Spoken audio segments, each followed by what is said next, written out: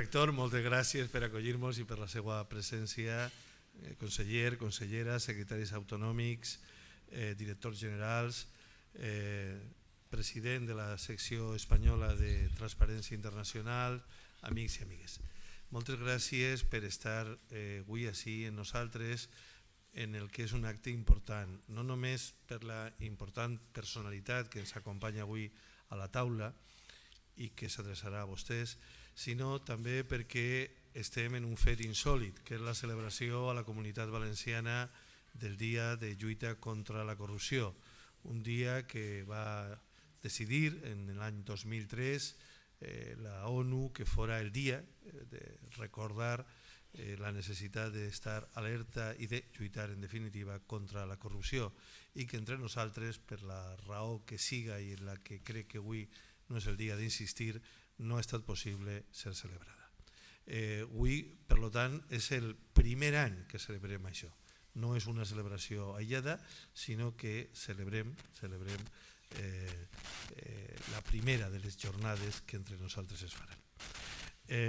Avui també hem tingut el plaer de signar un conveni en Transparència Internacional per tal de comprometre-nos a complir en els requeriments d'aquesta important entitat per a assolir un nivell de transparència institucional més alt fins i tot que el que demanen les nostres normes, tant de l'Estat com autonòmica. Res més, jo crec que no tinc res més, que avui no me toca a mi parlar més. El molt honorable president de la Generalitat serà qui presente a José Huaz. Moltes gràcies, conseller, moltes gràcies a totes i a tots per estar esta vesprada així. Magnífic rector, moltíssimes gràcies per l'amabilitat de la seva presència i també, sobretot, per, com sempre, la Universitat de València ha estat una col·laboradora activa de la lluita contra la corrupció. Des d'aquesta perspectiva, com molt bé dit el conseller, jo vull felicitar al conseller i a la conselleria per la iniciativa que han tingut de celebrar per primera vegada en nom de la Generalitat esta efemèride contra la corrupció, tot tenint en compte que és un dels problemes cabdals, fonamentals, que pateix la humanitat i molt especialment també hem patit nosaltres. Per tant, la meva felicitació i espero que aquestes jornades siguin unes jornades valuoses, perquè el que estem parlant és sobretot de la decència d'una societat i els valencians som una societat decent que a més volem que les nostres institucions també ho siguin. Muy buenas tardes, muchísimas gracias por su presencia. Es para nosotros de verdad una enorme satisfacción que el presidente de la institución, de la organización, de la ONG más importante relacionada con la transparencia, celebre el Día contra la Corrupción aquí con nosotros en Valencia, en la Comunidad Valenciana. Hace ya muchos años, el año 93, se fundó Transparencia Internacional.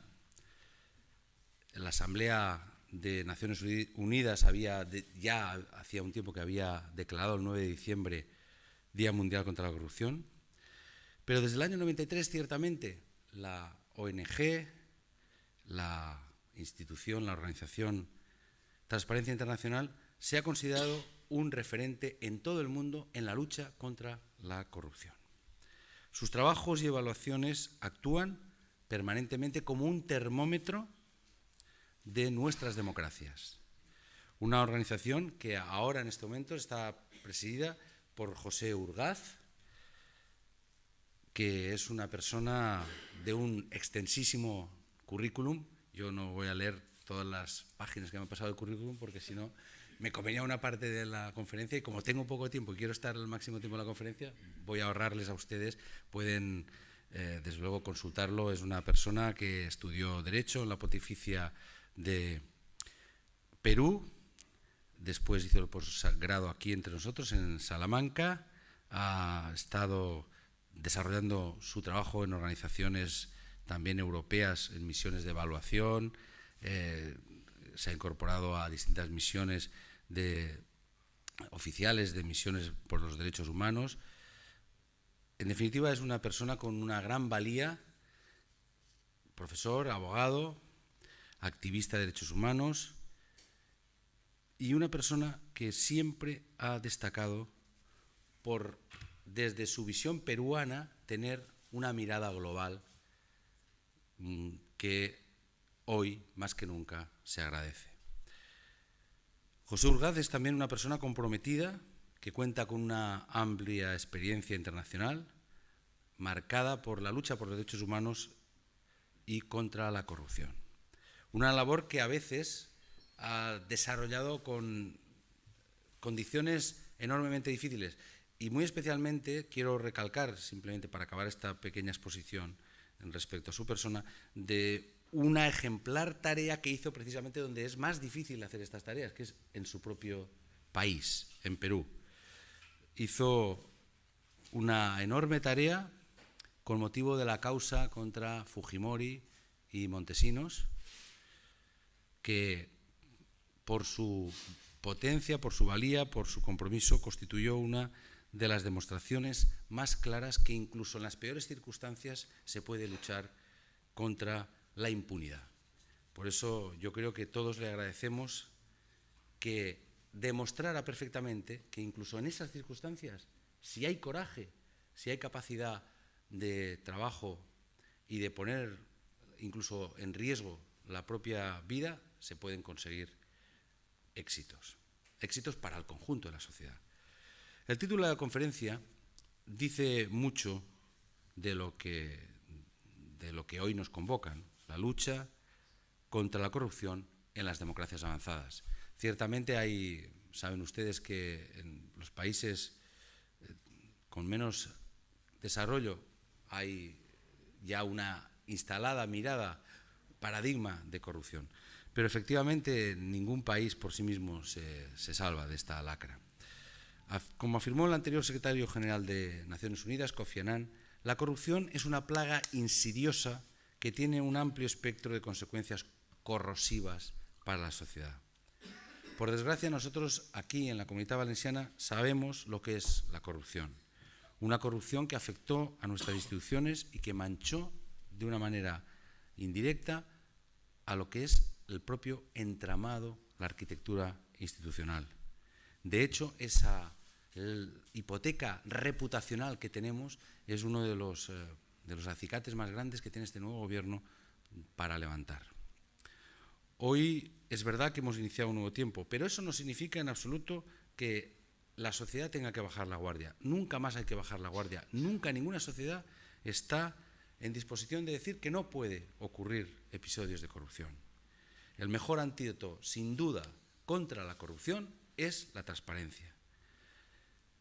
Y por eso es tan importante que el Gobierno valenciano tenga una consejería dedicada fundamentalmente a la transparencia, a garantizar la participación de los ciudadanos, a todo lo que es el cimentar los valores cívicos de una sociedad.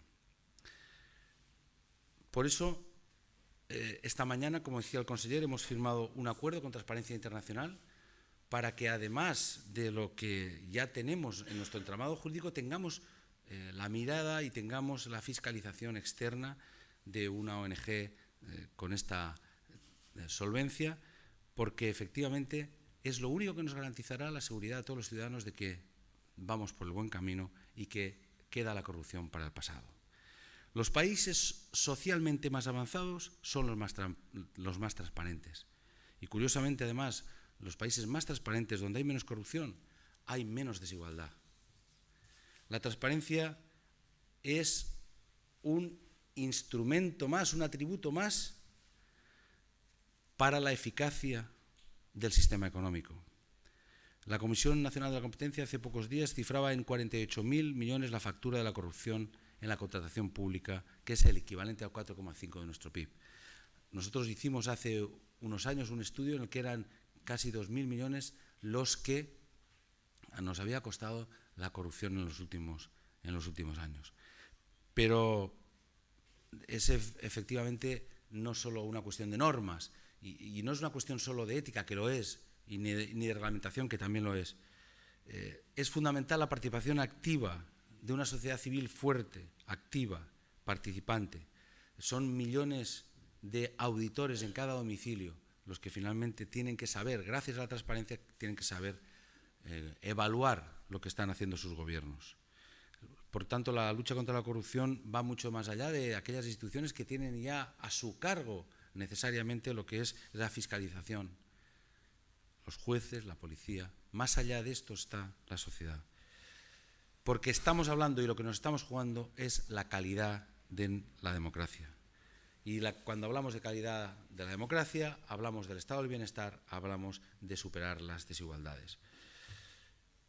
Por tanto, nosotros desde aquí, con toda la humildad, hemos intentado relatar un entramado institucional que haga factible estos principios. Y lo hemos hecho a través de la Consellería de Transparencia, Responsabilidad Social, Participación y Cooperación, también con la Oficina contra el Fraude, también con la actuación permanente de la Intervención General, con autonomía y capacidad de actuación, y la Abogacía de la Generalitat, así como la Sindicatura de Cuentas. Tenemos instrumentos que lo que se trata es de que hagan su trabajo, que se les deje trabajar y que puedan finalmente constituir lo que queremos en nuestro nuevo paradigma de la Comunidad Valenciana, que queremos que sea una comunidad solidaria, de progreso, de avance social. Queremos además que sea una administración modélica y que aceptamos por ello la revisión crítica de Transparencia Internacional. Nos gustaría que dentro de un tiempo, cuando evaluemos lo que ha sido este convenio, podamos tener la satisfacción de pasar el examen de una manera decente, porque así se lo merece la sociedad valenciana, que merece sin duda que sus gobernantes sean honrados, honestos y que puedan participar a través de la transparencia en las decisiones públicas.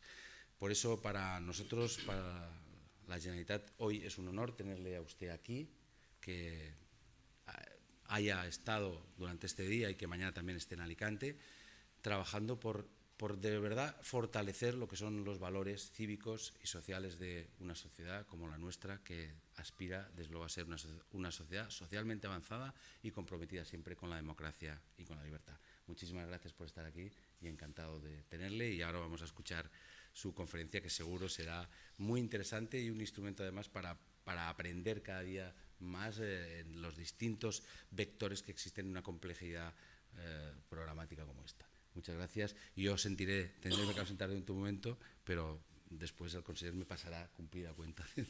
Muchas gracias. Muchas gracias a ustedes.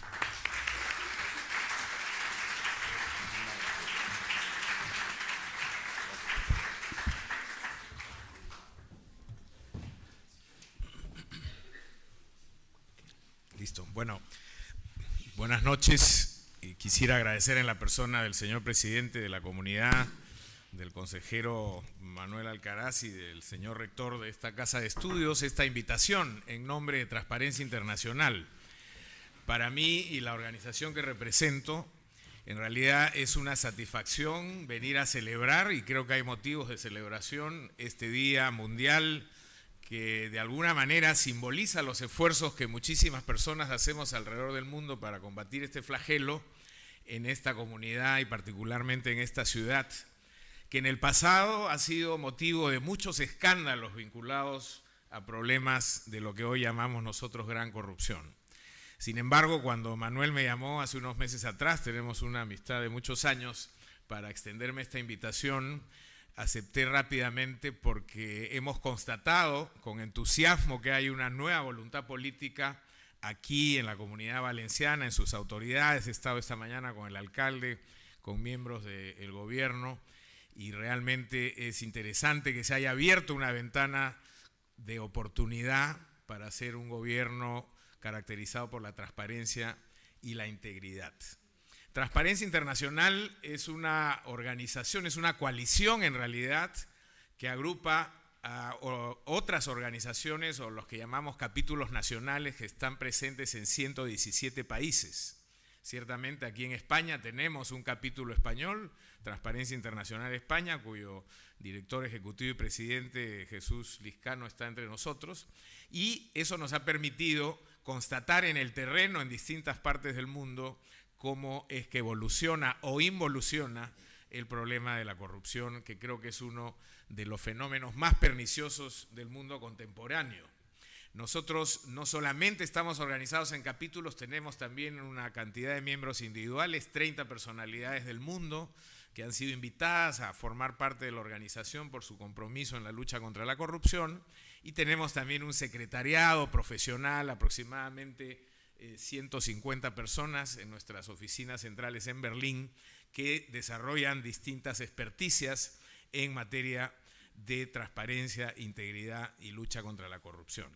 Probablemente nuestro producto más conocido es el índice de percepción de la corrupción, el IPC. Es una encuesta de encuestas que publicamos cada año, normalmente se publica en esta fecha. Esta vez hemos decidido publicarla en el mes de febrero porque estamos haciendo algunos ajustes metodológicos a la medición, pero como verán ustedes en ese mapa, lo que hacemos es medir los niveles de corrupción que arrojan estas encuestas en materia de percepción, insisto, en los países del mundo, donde 0 es lo menos corrupto y 10 es lo más corrupto. Y en este caso, verán ustedes que lo que está teñido de rojo y naranja oscuro son países con altos o muy altos niveles de corrupción. Y esa es la foto del mundo al día de hoy. Es decir, estamos rodeados, en realidad son muy pocos países, los países nórdicos fundamentalmente, y algunas otras islas alrededor del mundo donde la corrupción está bajo control. Pero esto que no es ninguna novedad porque todos leemos los periódicos, vemos la televisión y nos enfrentamos día a día a los escándalos y las denuncias en materia de corrupción a nivel global. Esto, que podría ser muy desalentador para nosotros en Transparencia Internacional, es un reto que hemos asumido hace 24 años y que estamos tratando cada vez de perfeccionar más en materia de reducir la corrupción, porque la corrupción no solamente es un problema económico o un problema moral, no es un tema que interese desde el punto de vista estricto de la ética o la religión. La corrupción tiene una incidencia directa en el tema del desarrollo, la pobreza y la inclusión de los ciudadanos del mundo. Nosotros creemos y hemos constatado que la corrupción es el impuesto que pagan los más pobres del mundo, que muchas veces, siendo víctimas de este problema, no son conscientes de que ellos son finalmente quienes pagan la factura, y por eso es que la corrupción, al no tener víctimas visibles, muchas veces es difícil de combatir en la medida en que no hay una reacción social al nivel que esperábamos. Esos cuadros que están ahí muestran, por ejemplo, la relación directa que hay entre los niveles de pagos de soborno en distintos países del mundo y cómo eso impacta en materia de pobreza. Los países que superan el 60% de pagos de soborno en la práctica cotidiana tienen un 38% de personas viviendo bajo la línea de la pobreza. Lo mismo ocurre con el tema educativo. A mayor soborno, menos capacidad educativa, hasta el 50%, más mortalidad de mujeres y niños y menor acceso a condiciones de vida digna con agua potable, desagüe, vivienda, etc. Entonces, la corrupción se convierte de esa perspectiva un problema que impacta directamente en la vida de las personas. El presidente del Banco Mundial de hace unos años, Jim Wolfenson, en el año 1996, rompió el silencio que había y la complicidad, diría yo, de muchas instituciones a nivel global en esta materia, y por primera vez se refirió a la corrupción como un cáncer que profundizaba la pobreza e impedía el desarrollo de las naciones. Hasta antes del año 1996 estaba oficialmente prohibido, por ejemplo, poner en los informes del Banco Mundial que los proyectos se perjudicaban por actos de corrupción, porque decían que eso era hacer política y que el Banco Mundial no podía referirse a este problema. Hoy día, luego de 24 años de esfuerzo, desde la sociedad civil hemos logrado posicionar el tema de la corrupción como uno de los temas prioritarios en la agenda mundial, y lo veremos un poquito más adelante, a enfrentar en el corto plazo. Fíjense ustedes el impacto económico que tiene la corrupción en el desarrollo. Hace muy pocas semanas se realizó en el Perú la reunión conjunta del Fondo Monetario Internacional y el Banco Mundial. Y el presidente del Banco Mundial, el señor Kim, expresó una cifra escalofriante desde mi punto de vista. Los 85 individuos, estamos hablando de personas, las 85 personas más ricas del mundo tienen un patrimonio equivalente a las 3.500 millones de personas más pobres de la humanidad. 85 versus 3.500 millones. Y hemos hecho el ejercicio muy rápidamente. Cuando uno mira la lista de los 85, superan la mitad aquellos que tienen fortunas mal habidas, producto precisamente de prácticas corruptas. Si nosotros dedicáramos una parte simplemente de lo que se va en sobornos, flujos ilegales de lavado de dinero y otro tipo de prácticas corruptas, podríamos resolver el problema del desarrollo. Para sacar del subdesarrollo a los segmentos más pobres de la humanidad se necesitan 135.000 millones de dólares al año. Y los flujos de la corrupción superan largamente esta cifra. Se calcula nada más que por año se van entre 20.000 y 40.000 millones de dólares de los países más pobres del mundo. Esto sin contar los temas de lavado de dinero y soborno a nivel internacional. Entonces no es ninguna novedad hoy día que si la humanidad condujera sus esfuerzos para tratar de controlar el problema de la gran corrupción, resolveríamos los problemas de la pobreza extrema en la humanidad y por lo tanto tendríamos mucho menos impacto negativo en los derechos fundamentales de cientos, miles y millones de personas. ¿Qué tiene que ver esto con los países desarrollados? ¿Por qué hablamos de esto en un país como España, que está en la Comunidad Europea y que ha alcanzado estándares de vida bastante razonables, digamos? En todo caso, esta era una afirmación clara antes de la crisis. ¿Por qué no hablamos de esto en Bangladesh, donde también lo hacemos, o en mi país, o en otros países donde la pobreza es una realidad? Porque como dicen los norteamericanos, para bailar tango se necesitan dos. Y un corrupto siempre va a necesitar un destino en un país desarrollado para poder gozar de lo que roba. Nadie roba dinero para esconderlo debajo de la cama. Y a este tipo de personajes y sus patologías normalmente lo que les gusta es tomar dinero de los pobres para luego llevar una vida de lujos en el primer mundo. Y déjeme poner como ejemplo el caso del hijo del presidente Teodoro Obiang de Guinea Ecuatorial, el único país africano donde se habla español, por cierto, porque fue colonia española por mucho tiempo. El hijo de Obiang, que se llama Teodorín y le dicen TNO, tiene 46 años. Su padre lo ha nombrado ministro de Industrias Extractivas, es decir, está a cargo de la extracción de petróleo y madera.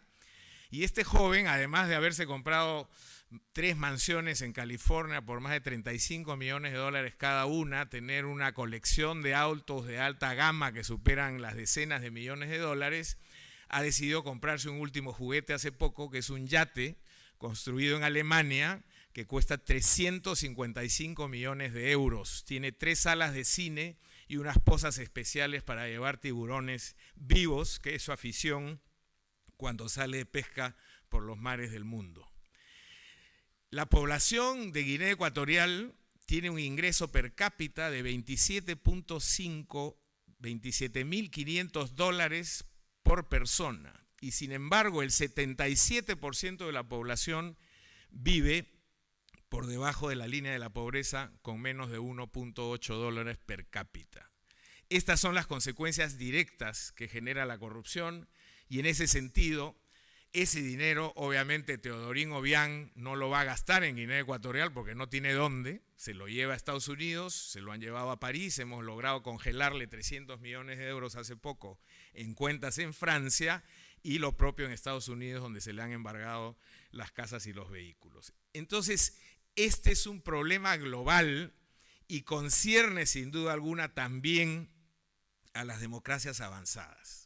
Ciertamente el hecho de ser una democracia y ser del primer mundo no impide, no es una vacuna para que uno no padezca de problemas de corrupción, y eso lo saben ustedes perfectamente. Y podemos repasar los escándalos de corrupción en los Estados Unidos, la primera potencia del mundo, y ahora último en China. Veremos ahora algunas cifras que nos dan una idea de qué es lo que pasa también con la gran corrupción en el mundo. Entonces, esto no es un problema de los pobres, no es un problema del subdesarrollo, ni siquiera es un problema de las dictaduras. Es verdad que cuanto más democracia hay y más espacio para la circulación de la información, las posibilidades de llevar adelante prácticas corruptas de gran nivel se reducen. Sin embargo, Hay muchos ejemplos en el mundo de que democracias del primer segmento de desarrollo en nuestro planeta ciertamente tienen graves problemas de corrupción. En ese sentido, es que si miramos hacia atrás, ¿cuál ha sido el proceso en materia de avance en la lucha contra la corrupción? Claramente podemos distinguir 3 etapas. Una primera, a partir del año 96, con Wolfensohn, en realidad 3 años antes empezó Transparencia Internacional su trabajo. Creo que el logro más importante de esa etapa fue visibilizar el problema de la corrupción y que la gente entienda que esto no es solamente un problema de unos cuantos bribones, sino que esto impacta directamente en la vida de cientos y miles y millones de seres humanos. Esta visibilización de la corrupción permitió, por ejemplo, que se pueda adoptar algunas normas y convenciones internacionales para atacar este problema. Hasta hace muy pocos años, en los Estados Unidos, en Alemania, aquí mismo era posible deducir de impuestos los sobornos que uno pagaba en otros países del mundo. Alemania acaba de derogar esa norma hace no más de 6 años. Y Estados Unidos fue pionero durante el gobierno de Carter con la ley de la prohibición de prácticas corruptas en el extranjero. Y gracias a eso es que se pudo avanzar hacia la firma de una convención mundial, la Convención de Naciones Unidas contra la Corrupción, que hoy día la mayoría de países han suscrito, donde se establecen las reglas básicas para este tipo de prácticas contra este flagelo de la humanidad. Y de ahí se han desprendido una serie de convenciones regionales. Existe la Convención Interamericana, la Africana, la Asiática, de lucha contra la corrupción. La OSD, que es el foro de las economías más importantes del mundo, ha llevado adelante un pacto internacional contra el soborno transnacional, y foros tan importantes como el G20, el G8, el G7 tienen incorporada la agenda anticorrupción entre las prioridades de su trabajo.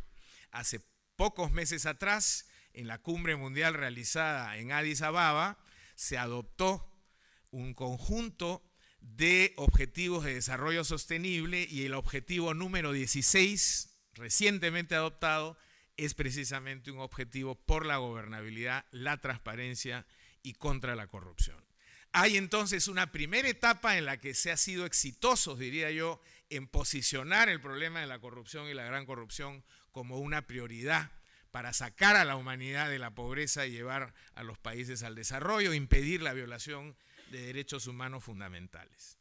Una segunda etapa que estamos viviendo hoy día con mayor intensidad es el de la adopción de medidas específicas contra la corrupción.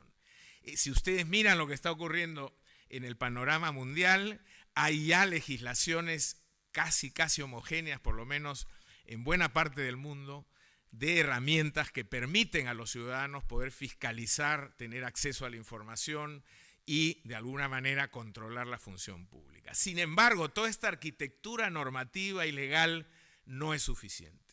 Y vemos cómo, a pesar de que se han dado reglamentos, leyes, normas y convenios, la corrupción ha sido un fenómeno en creciente tendencia permanentemente a nivel global. Hoy, la tercera etapa a la que creo que estamos entrando ya desde hace un par de años es la de la demanda anticorrupción de la ciudadanía.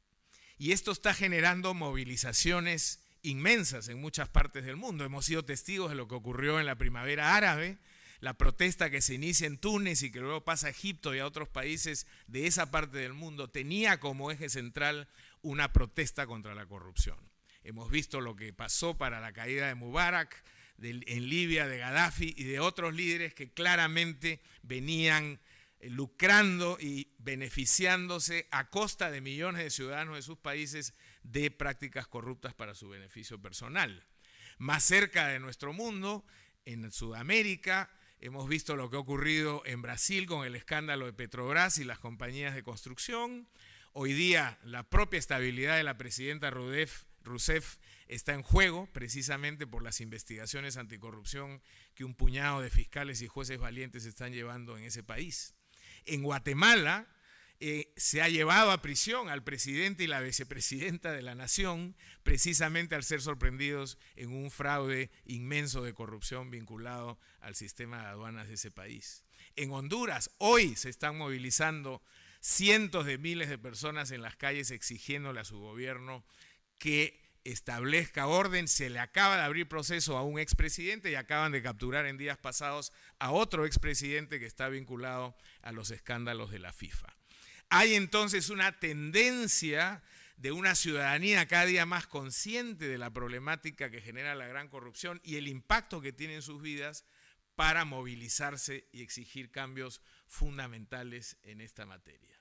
Y por supuesto, desde esa perspectiva, todo lo que abone en la transparencia y el acceso a la información van a ser herramientas e instrumentos que van a permitir reducir los nichos de corrupción.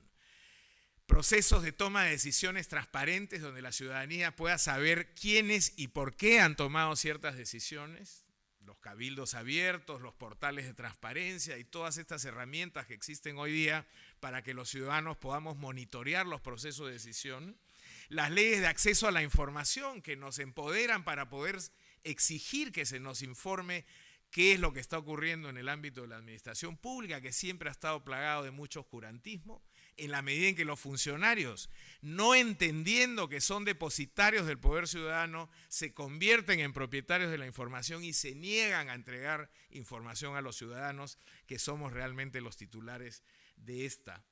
En tercer lugar, todo el tema de presupuestos transparentes, asignación de gastos, hacia dónde van los recursos, permite también de alguna manera evitar el saqueo de los recursos públicos para beneficio personal. Entonces, la transparencia y el acceso a la información desde nuestra perspectiva se convierten en una herramienta fundamental para luchar contra este nuevo tipo de corrupción. Y digo nuevo tipo de corrupción porque la corrupción que existía hace 25 años cuando se creó mi organización no es la misma que estamos padeciendo el día de hoy. Es un animal distinto. Hoy le llamamos gran corrupción y esta se caracteriza básicamente por tres elementos.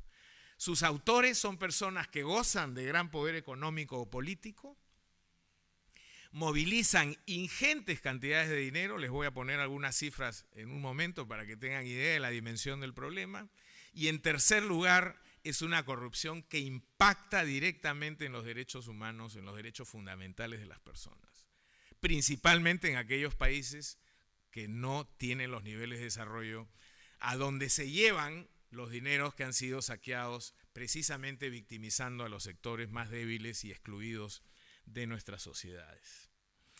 Estas son algunas de las cifras. Así como vieron los Wikileaks, también hace un par de años hubo una filtración de información en China, los que se llamaron China Leaks, y se ha logrado detectar que hay 150.000 millones de dólares que han salido de China en los últimos años. Obviamente flujos ilegales que han llevado al primer ministro actual a decir que el combate a la corrupción va a ser una de las prioridades de su gobierno. Solamente en las Islas Bahamas se han encontrado cuentas de 20 congresistas chinos que alcanzan la suma de 62.000 millones de dólares. 20 parlamentarios de la China se han llevado en los bolsillos, todos miembros del Partido Comunista, por supuesto, 62.200 millones de dólares. El ex primer ministro Wen Jiabao se calcula que tiene una fortuna producto del robo de 2.700 millones de dólares él solo en sus cuentas personales. Del caso Bian ya hablé, así que no me voy a referir.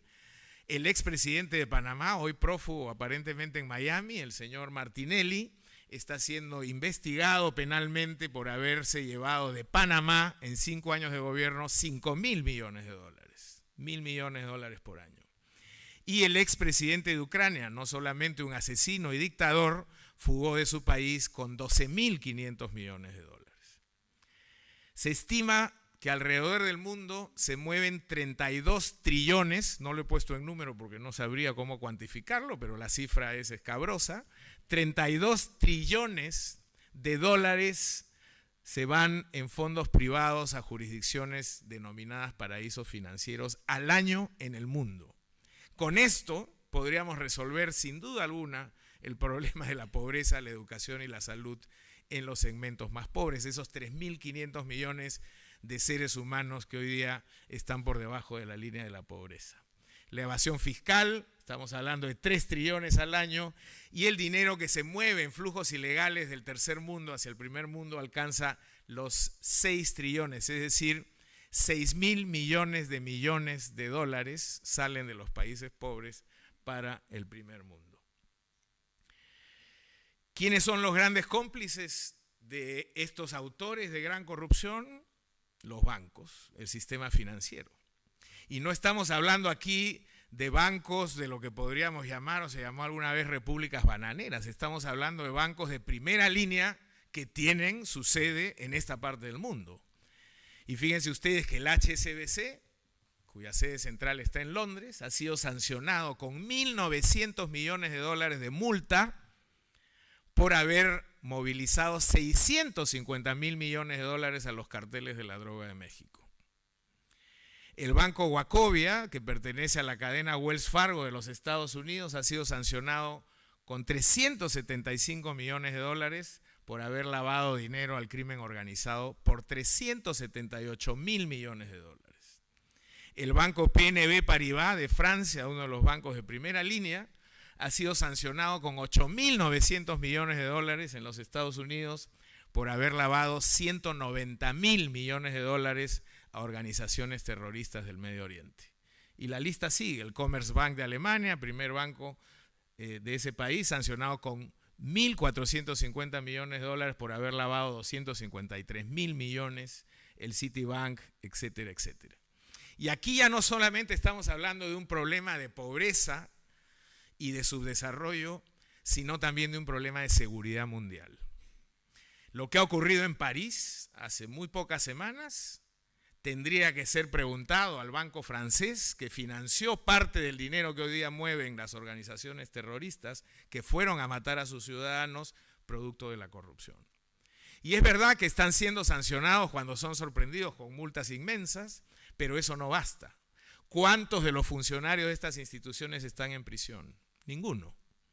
Se meten la mano al bolsillo, que ni siquiera es su bolsillo, sino el bolsillo de los clientes de sus bancos, pagan las multas y siguen para adelante. Hace muy pocas semanas, luego del escándalo de HSBC, ha salido la noticia que en China se han lavado más de 1.800 millones de dólares nuevamente a través de la filial del HSBC en ese país. Y hay muchos ejemplos de corrupción, de esta gran corrupción en el mundo. Yo les puedo hablar del que conozco. Tuve la responsabilidad de llevar la investigación de mi expresidente y su asesor principal, Fujimori, y simplemente para decirles que hoy cuando hablamos de gran corrupción no estamos hablando solamente de algunos cuantos funcionarios corruptos en la función pública, sino de redes criminales que toman el poder, que es lo que ocurrió en el Perú. Eso que ven ahí es el organigrama que pudimos armar a las pocas semanas de iniciar la investigación. Nosotros partimos en este caso de la hipótesis que estábamos investigando una corrupción administrativa extendida de alto nivel, como había ocurrido antes en el Perú y en muchos países del tercer mundo, y nos encontramos más bien con un fenómeno totalmente distinto. Estábamos hablando de una red criminal integrada por miles de personas que habían capturado el poder literalmente. Era una organización piramidal que en la cúpula, en la vértice superior, tenía nada menos que 3 cabezas: el presidente de la República, Alberto Fujimori, el comandante general de las Fuerzas Armadas, Nicolás Hermosa Ríos, y el asesor personal del presidente y jefe del Servicio de Inteligencia, Vladimiro Montesinos Torres. Hoy estos 3 están condenados, purgando prisión de 25 años en cárceles peruanas, al haberse demostrado que fueron la cabeza visible de una organización que capturó todas las instancias del Estado. Esta foto que ven a la izquierda era el presidente del Tribunal Electoral, que aparece en un video, porque la maravilla del caso peruano es que todos los actos de corrupción fueron filmados. Y nosotros pudimos capturar más de 1.500 videos donde se veían los actos de soborno, y eso permitió de alguna manera aligerar las investigaciones. Este señor aparece en un video recibiendo $10.000 y la promesa de que va a recibir $10.000 adicionales a su sueldo cada mes, con tal de que el sistema electoral impida que la oposición pueda cuestionar la dictadura de Fujimori. El personaje de su lado, Alejandro Rodríguez Medrano, presidente de la Corte Suprema, aparece también en varios videos poniendo el sistema de justicia al servicio de la organización criminal. Él garantizaba la impunidad, que ninguna denuncia contra esta organización pasara por la Fiscalía o por el Poder Judicial.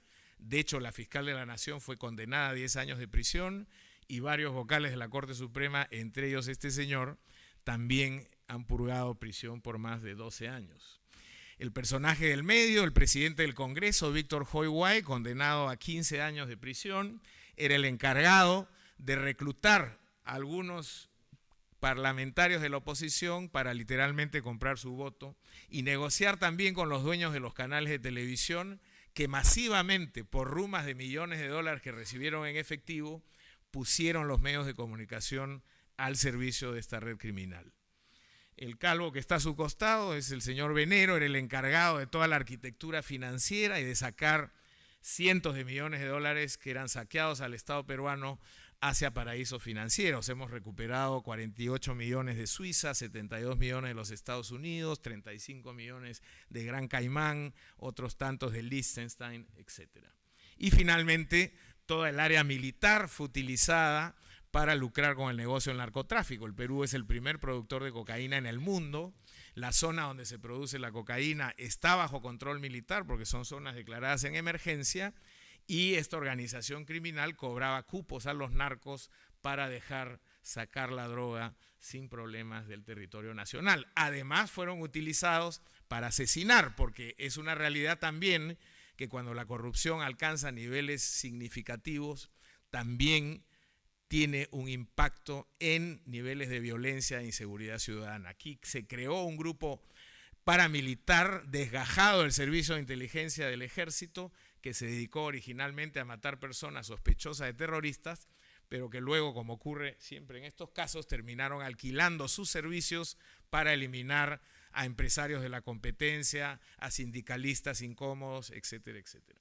Bueno, este es un típico caso de gran corrupción en el que se captura la estructura de un Estado, se convierte la corrupción en sistémica y entonces es muy complicado recuperarse de eso.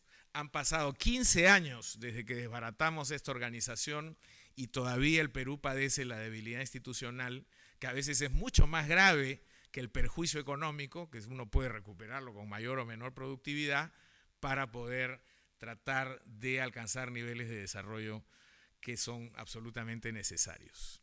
Y bueno, podemos poner muchos ejemplos, estos son los ejemplos locales que ustedes conocen mejor que yo no les voy a explicar esa lista, no seguí poniendo más nombres porque se me achicaba la letra, pero la lista era bastante más larga, ¿no? Está en el caso Bankia, 15.500 millones de euros, el caso Brugal, el caso CAM, probablemente un caso particularmente pernicioso llamado caso Cooperación, en el que se desvían 6 millones de euros que estaban destinados a aliviar pobreza en el tercer mundo con un acto de solidaridad de esta comunidad que fueron al bolsillo de algunos sinvergüenzas. El caso Emarsa, 17 millones de euros, el caso Fabra, Gürtel y la operación Púnica de hace poco que reveló un fraude de más de 250 millones de euros.